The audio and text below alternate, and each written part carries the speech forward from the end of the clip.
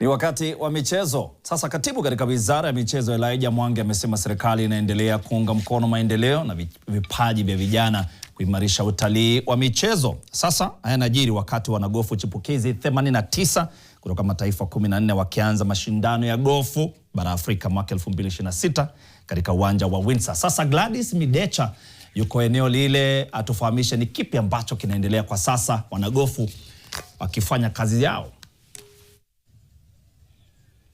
Na shukran sana Mwitiriri. Hapa tuko katika uga wa gofu wa Windsor ambapo ni siku ya kwanza ya mashindano ya gofu ya vijana chipukizi kutoka taifa mbalimbali ya Afrika. Jumla taifa 15 zinashiriki katika mashindano ambayo yatakamilika siku ya Alhamisi, lakini kwa sasa wacha nikupe yale yanayojiri katika uwanja. Hivi sasa wanaongoza ni timu ya Afrika Kusini wakishikilia nafasi za kwanza 4 na wanacheza vyema sana. Leo asubuhi ya leo kulikuwa na changamoto ya mvua na pia kuna upepo kwa wingi sana hapa katika uga huu, na jana walikuwa wamezungumzia kuhusu jinsi hali ya anga inaweza kuwa inaathiri mchezo wao, lakini hata hivyo wanaonesha mchezo mzuri sana. Mkenya wa kwanza ni Sevi Soni ambaye bado anaendelea na mchezo wake katika siku ya kwanza,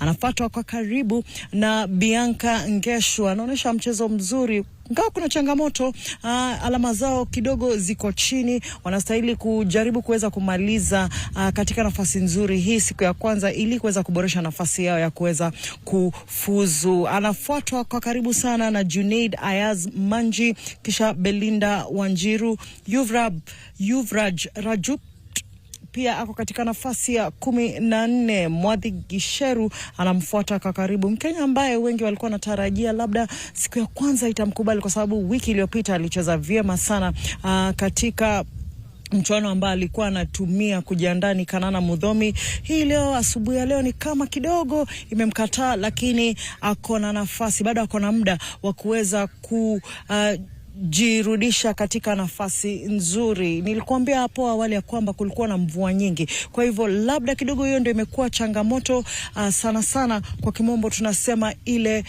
front 9 kuanzia na shimo ya kwanza hadi ya 9, alafu wakimaliza hapa nyuma yangu ni shimo nambari 10 pale ambapo wale vijana wanaenda, hiyo ni shimo nambari 10. Kuna wale ambao wanaenda kukamilisha siku yao. Mchuano huu utaisha takriban karibu saa 1 hivi, saa 8:30 tutakuwa tunakamilisha.